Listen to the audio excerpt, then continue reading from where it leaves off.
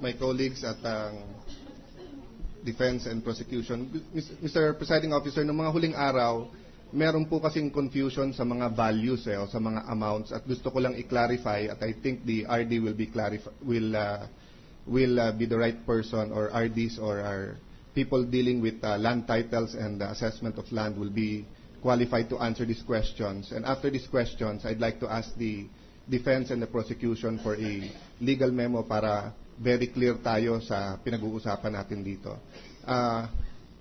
Mr. Witness, hindi po ba na yung fair market value, zonal value, at yung schedule na makikita mo sa assessor's office ay maaaring iba-iba yung amount na ito? Posible po. Okay. At sabihin niyo po kung tama interpretasyon ko, pero kung mali po, pakipaliwanag, no? Ang fair market value, yun yung usual amount na yung isang taong gusto magbenta at yung isang taong gustong bumili, na they freely, as Senator Gingonan said, may meeting of the mind sila, nagkasundo. So kung sa isang subdivision, nagkalimang bentahan, apat na 10,000 per square, isang 8,000 per square, ang fair market value there is somewhere around 10,000 per square. Tama po ba yan? Opo. Okay. Ang zonal value ng BIR, nilalabas to ng BIR. Yes po. So, ibig sabihin, fixed na to. So, kung sa subdivision na yon sinabi nila ang zonal value is 8,000, yun ang zonal value doon. Yes po. Okay. Pero pag sa deed of sale nakalagay 6,000 per square, for tax purposes, you'll follow the zonal value. Whichever is higher po. Okay. The zonal or the market or the assessed value ng assessor's office, no? Yes, Your Honor. And in a lot of areas, ang value sa assessor's office at sa BIR ay magkaiba. Yes, Your Honor. So, for example, ang assessed value, let's say, for the assessor's office of the city of Taguig, for Fort Bonifacio, pwedeng ang pinakamataas is 30,000 per square. Tapos sa BIR, it's 35,000. Pero in reality, ang selling price na is 100,000. Yes po. That's possible, no? Yes, sir. Okay, so just to make it clear, fair market value, yun talaga yung value. Mr. President, I finished my time to ask, but this is the question I'd like to ask both the defense and the prosecution. Ang charge po kasi nyo, non-disclosure. Ngayon, nasa batas naman kung anong dapat i-disclose. So I would like to know, and I assume that some of my colleagues would like to know, ano ba ang sinasabi nyong gaano ka-specific dapat ang SALN at ano ba yung amount na dapat nandun? So pag sinabing acquisition cost, dapat ba yung nandun yung zonal value? Dapat ba nandun assessed value? O yung value nandun sa deed of sale? Or kung yung deed of sale dinaya din for tax purposes at binaba, no? So I think these are points of law, Mr. President, as you ruled before. When it comes to points of law, we will allow the prosecution and defense to just either submit memos or argue it, Mr. President. But I think this will help us decide in the future. Dahil in the last few days, yan ang pinag-uusapan natin. Kung ano ang dapat amount na sa SALN and whether or not nandun dapat at kung ano sa mga amount na yun ang dapat nandun. Thank you, Mr. President. We have been hearing the evidence presented back and forth. Now, what we have overlooked here is that we should determine whether the offenses or omissions committed by the respondent is or reaches the level of an impeachable offense. That is the criteria. Not every offense, not every omission is an impeachable offense. In other words, even a crime that may have been committed is not an impeachable offense. Now, we should not overlook that, and so the responsibility of the prosecution is to present evidence that would amount to an impeachable offense, and the defense must also diffuse it.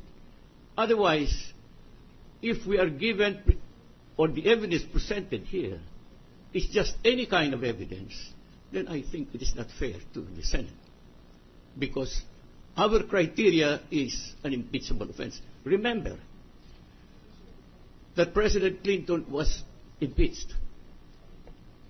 The U.S. House of Representatives impeached. President Clinton, it was elevated to the Senate. When the Senate heard it, the Senate said it did not amount to an impeachable offense and cleared him.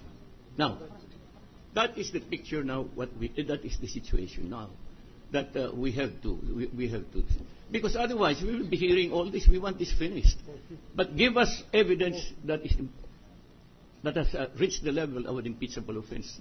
As I keep repeating, it's not just any offense. It must be of a higher bar, because we are removing a Chief Justice. Mr. Prosecutor, base sa mga tinanong ni Senator Escudero na hindi raw, at base sa sinabi mo, hindi raw nanggaling sa inyo ang listahan na sinasabi ninyong 45 properties na ari-arian o ari-arian ni Chief Justice Corona. Tama po ba ako? Tama po. Sino naglabas sa media noon? Ang nangyari po noon, No.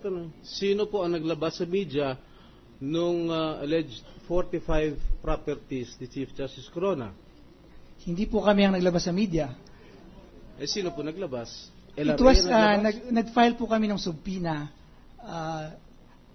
testificandum at duces tecum, at doon at na-attach. No, ang tinatanong ko po sa inyo, sino ang naglabas ng listahan ng LRA sa publiko? Usap lang ng hukumang ito, kung maari, ay magiging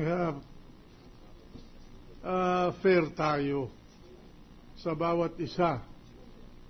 Lalo-lalo na naigagalang ang karapatan ng nakasakdal. I just want to put on record, Your Honor, that our charge against the Chief Justice is the untruthful entries in the Statement of Assets and Liabilities, and it would not fall under high crime. It would fall under betrayal of public trust and culpable violation of the Constitution. Kaya hindi po totoo na hindi po sa kanila nanggaling ang mga listahan na ipinalabas sa media dahil nagpa-picture taking pa po si Ginoong Tupas. Kitang-kita ko po kanina sa TV. That's why, you know, Mr. President, these people are putting the impeachment court or the members of the impeachment court in the spot. Pinapaniwala kami, pinapaniwala nilang publiko na 45 ari-arian ang pagmamayari ng Chief Justice. Pero pagdating dito, 24 lang yata ang ari-arian ni Chief Justice. Yung 6 doon, parking lot pa. Yung iba, nasa pangalan ng kanyang mga anak. You know, Mr. President, I am not defending the Chief Justice. I don't even know him.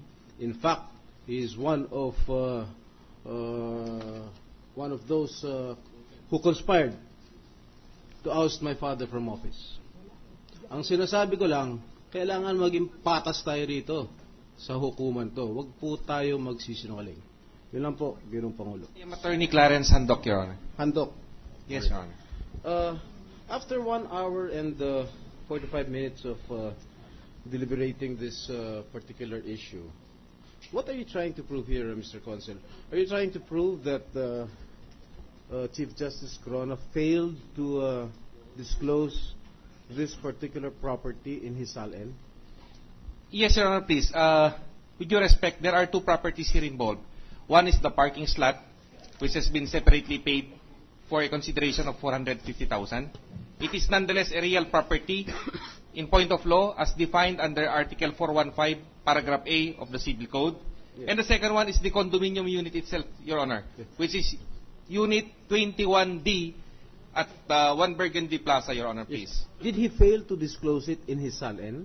Your Honors, please. No. Yes, Your Honor, I'm just answering Your Honor. My question is only answerable by yes or no.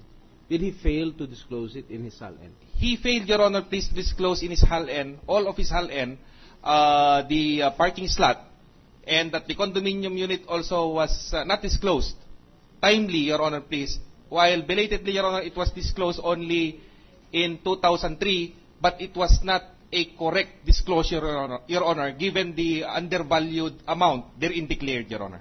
All right. Usually, if somebody buys a condominium, do you have to stipulate in the SALN, or do you have to include the parking lot in your SALN? There is no hard and fast rule, Your Honor, please, in the real estate industry, Your Honor, whether or not it should be inclusive of the unit, Your Honor, or it should be treated as a separate property, Your Honor. As can be seen in the reservation application executed by Respondent Chief Justice and his wife, Your Honor, they made an offer to buy 2 items here, Your Honor. One is Unit 21D for an indicated price, and another one is the parking slot for the price of 450,000, Your Honor, which only goes to show that these 2 items are treated as separate properties for purposes of valuation of its consideration, Your Honor. Yes. Because I have a copy of the SALN of Mr. Chief Justice Corona, December 2003. It is listed here that the Burgundy property, I assume that was what was being discussed for 1 hour and 45 minutes. The year acquired was 1997, and I believe that was acquired in 1997. It was stated here, but I doubt very much about the fair market value. So I think he disclosed it. The Chief Justice disclosed this particular property in the SALN, but I don't want to make assumptions here. But according to you, he undervalued the price. Am I correct? Is that my understanding? Well, yes, Your Honor, please. It was underdeclared. Only pertaining to condominium unit 21D, because there was never any declaration as to the separate property, which is the parking slot, Your Honor.